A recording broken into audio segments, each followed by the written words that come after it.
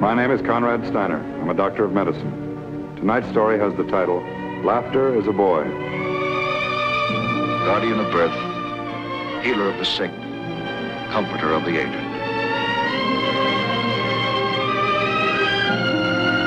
And the qualities of the worthy physician are three: the eye of an eagle, the heart of a lion, the hand of a woman.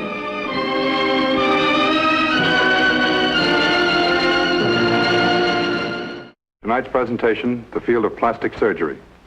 The object in point, a black card, a white feather. The case in point, John Coslow. He's 8 years old, and for reasons that will appear obvious, he's already made up his mind that he's lived too long. Whatever hope for the future he might have rests in the hands of 6 people. 5 of them the boy has never met before. The 6th, John's older brother, Pete Coslow. Pete is 16 years old. He's in his sophomore year of high school. He has one main interest in life, his brother.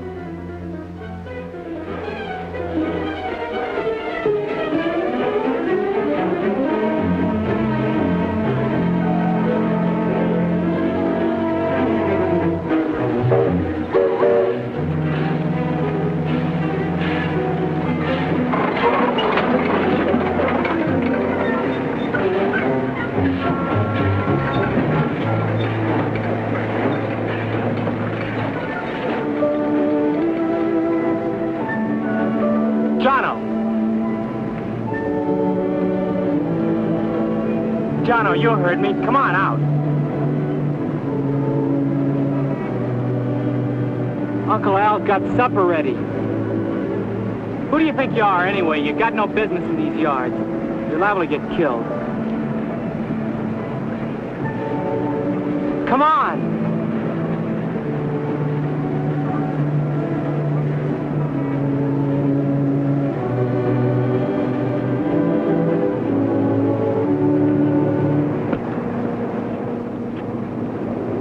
Like you've been through a coal mine.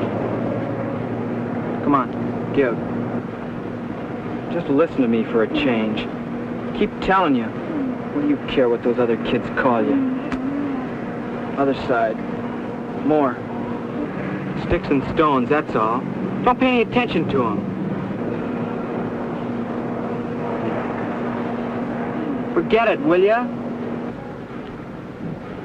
Uncle Al's got supper already. Bought you something anyway. New trick. But you can't even work it. Well, don't just stand there. Come on.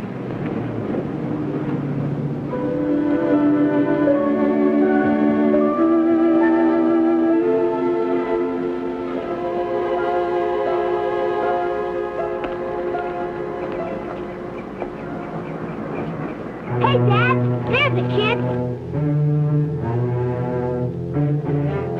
It's him, all right. Hiya, Doc. Quack for us, will ya? No kidding, Dad. He's funny, just like the guy on television. Go ahead, Duck, quack for us, will you? Quack, quack, quack. Quack, quack, quack. Never mind, Jono. Go on in the house. Quack. Will you? Quack, quack, quack. Make him shut up, will you, mister? That's how you doing. Just like Donald does, like you did the other day. Quack, quack, quack.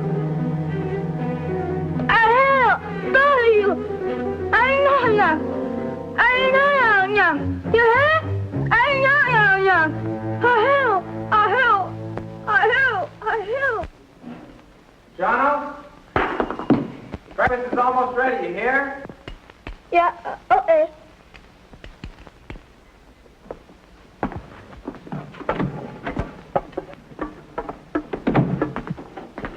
Jono! Uncle Al's here. Morning, Uncle Al. Morning.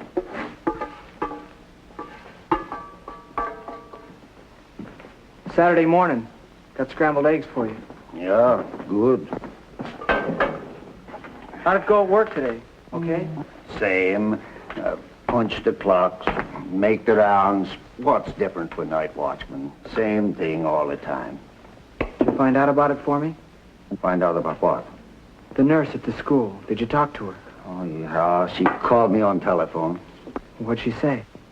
She told me name a place to go. She say, maybe they do something for Jono. Maybe not. She don't know. Where's the place? In my jacket.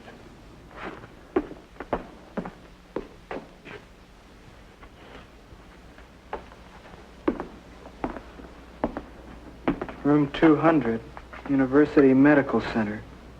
Monday at 10 o'clock. Do you think they could help him? I don't think so. Well, it's worth a chance. Anything's worth a chance. It's no good, Pete. I can feed you and pay the rent of the doctors, hospitals. No, it's no good, Pete. The boss down at the market said that I could work full-time this summer. I could save up. It's no good. Jono is Jono. Leave him alone. There are lots of kids like him. You go live your life. Oh, what's the difference? He's my brother. That's the difference. 2 days later, in spite of fears and warnings, Pete Koslow undertook to destroy the wall which closed his brother off from the rest of the world. A wall built of deformity, shame, and the ridicule of the ignorant. A wall which, if allowed to stand, could imprison 8-year-old John Koslow for as long as he lived. So you're from Iowa? Back where the tall corn grows, huh? Yes, sir. I lived out here most of my life. Jono just came out a couple months ago. Mm-hmm. He lived on the farm back in Iowa with Grandpa. When Grandpa died, why, he moved out here with me and Uncle Al. He's our guardian. I see. Both, parents dead, huh? Yes, sir. Happened just after Jono was born. They were in an accident. Uh-huh.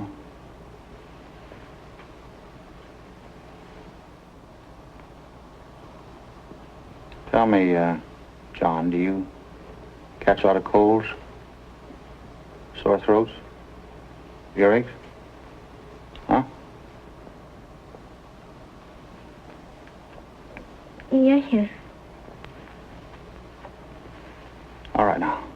Open your mouth. Open it wide. Wider. That's fine.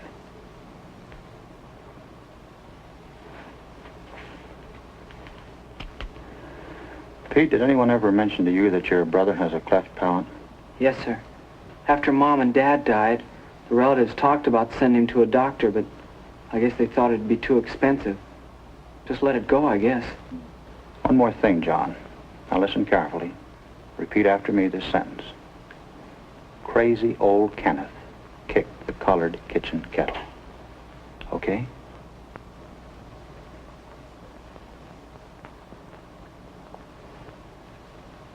Mm-hmm. Mm-hmm. Okay.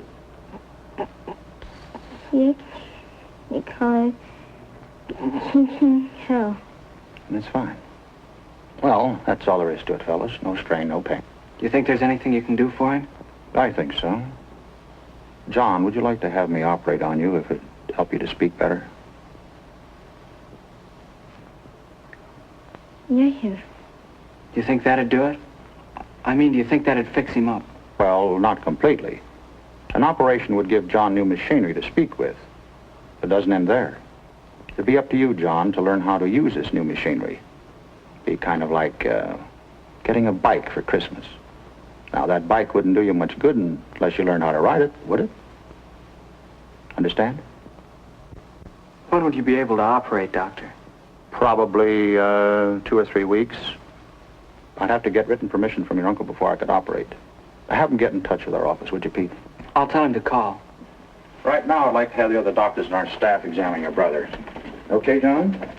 Come on.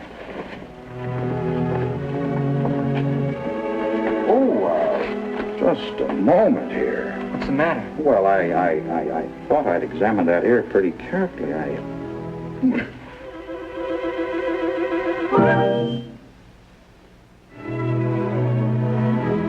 The second member of the cleft palate team, the speech therapist. The pre-surgery interview includes a test for oral pressure, a detailed sampling of Jono's speech patterns.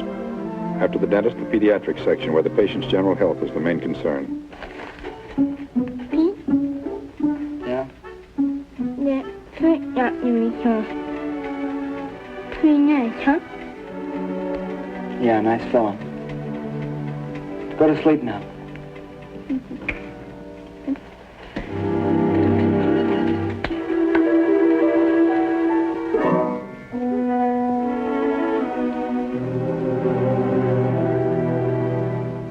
Now here, as you can see, is a diagram of a normal mouth. Normally, the soft palate, by means of a muscular action, acts as a kind of valve, opening and closing like this, so that when we utter the sound k, the palate is closed. When we utter the sounds n or n, palate is open. Now here, excuse me, we have a cross-section of a cleft palate. It is not possible for the person to divide the nasal and oral cavities to block the nose off from the mouth, so that sound uttered circulates through both of them and is lost or distorted. Dr. Rayburn, isn't a cleft lip usually associated with a cleft palate? Yes, usually it is. However, in the case of the Kozlow boy, the lip is not involved. Now, surgically, we can correct this defect in the following manner: by transposing 4 adjacent sections of tissue over the opening or cleft, thus affecting a closure.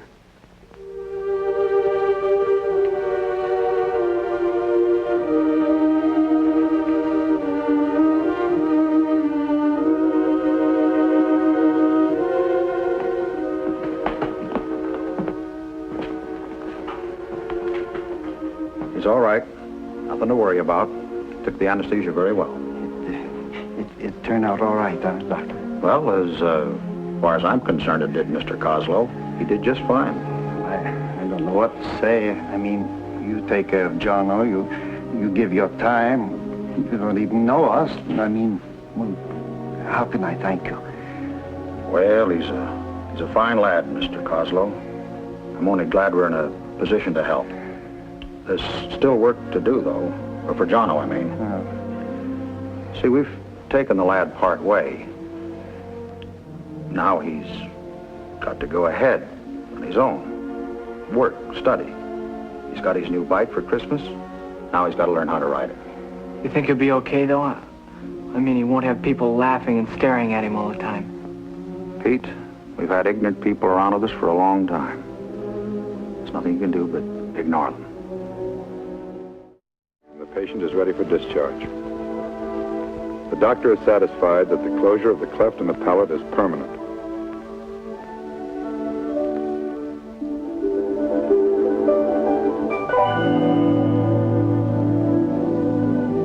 The first step is completed.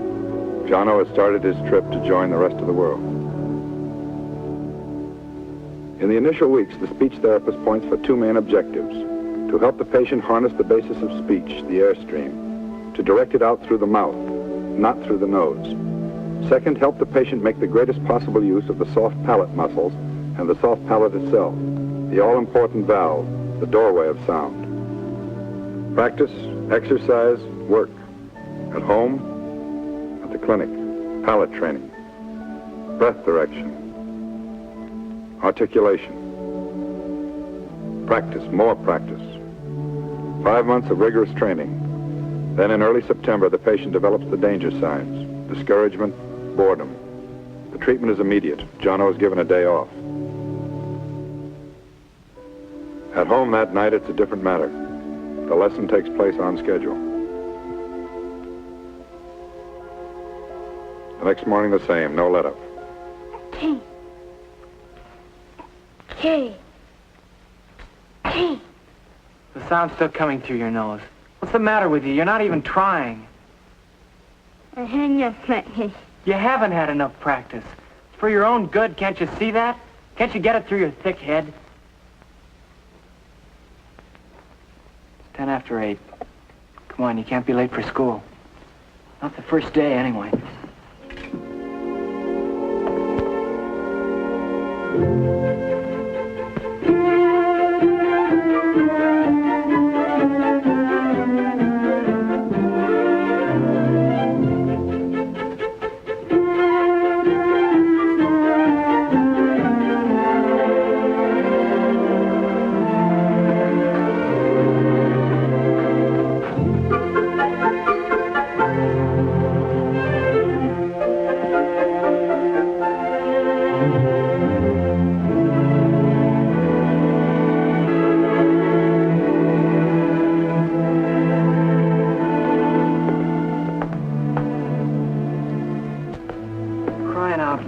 quit looking so scared. You've been here enough. It's the first day of school. Nothing to be scared about. You have. New teacher. Don't like it. Get worried. Listen, just forget about it, will you? Remember what the doctor said. When you talk, you gotta take it easy. You get nervous, you get upset, you get tied up in a knot. Okay? I'll come back at noontime and have lunch with you. See you later.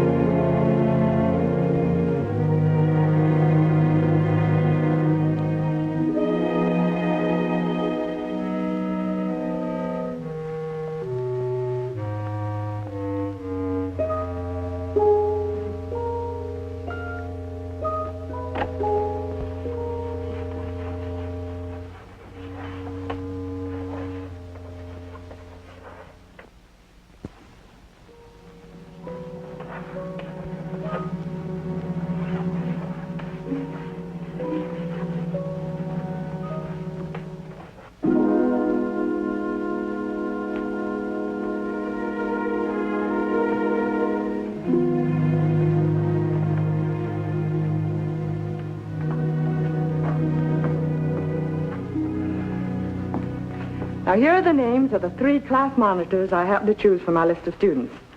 Now, when your name is called, will you please stand up so the rest of the class can become acquainted with you? First, Fred Tyler. All right, Fred, thank you. The next is John Coslow. John Coslow? Is there a John Coslow in this class, please?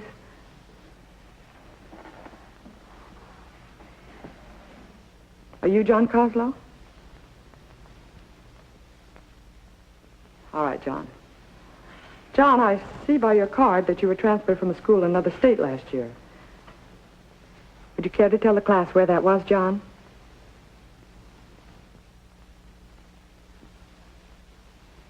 Would you care to tell us, John? All right, John. You may sit down.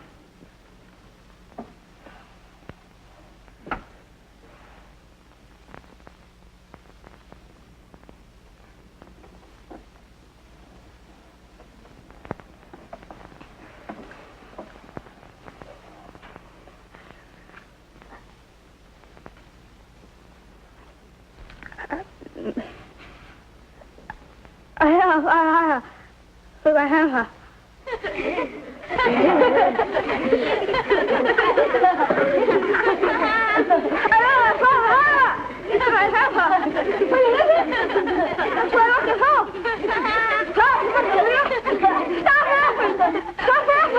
That's enough. I'm sorry, John. I must apologize for my class. They have shown the worst manners possible. I hope it will never happen again.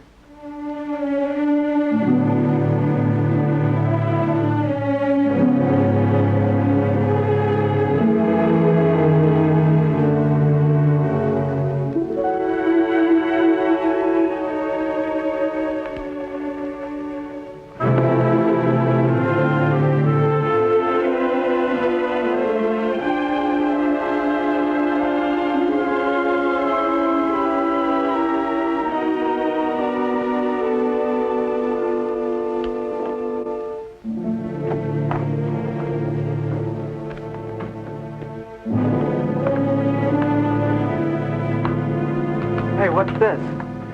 I thought I told you to start practicing the lesson. It's nothing. What do you mean it's nothing? I'm getting sick and tired of the way you've been acting the past few days. Well, I'm tired, too. Oh, you've been yelling at me. Look, you think I like it? You think I like staying here practicing with you? You think it's fun? You think I like it? No, Patsy. What do you mean you're not going to practice? I say you are going to practice. Now give me that junk and get over there and start reading. I will not. Fine. I said give it to me. Now give it here. Come on.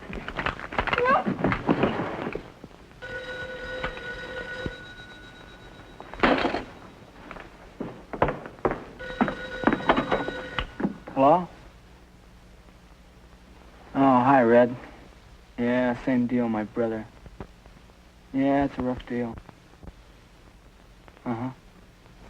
Well, maybe I'll see you tomorrow. Bye.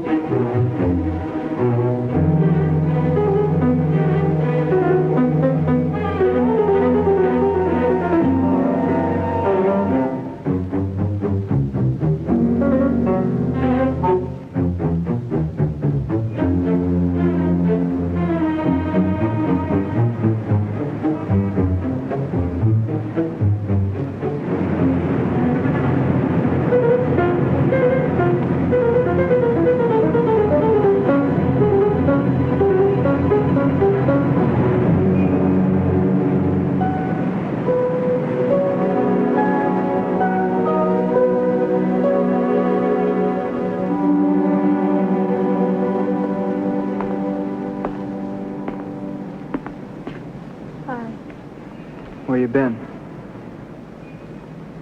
Why'd you hit me? I didn't mean to. It's the truth. I won't hound you anymore, Jono. Never again. We better get home, huh? Let's ride the bus. I'll pay.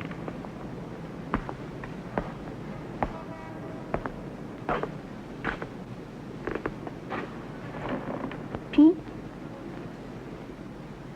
While we're eating, might as well do some practicing. Huh? It's up to you. You're the boss. I'm not longer, Pete, before I earn. No anything? Just told you. Christmas? You think I could earn by... You think I could learn by... Christmas? Anytime you say. It's up to you. Christmas time. By Christmas time. You want to start the lesson, Pete? From the beginning.